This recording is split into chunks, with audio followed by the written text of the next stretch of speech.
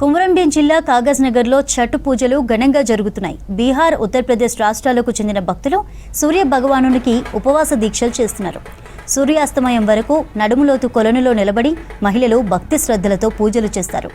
నిన్న సాయంత్రం నుంచి ఇవాళ సూర్యోదయం వరకు మహిళలు ఉపవాసాల దీక్ష చేస్తున్నారు.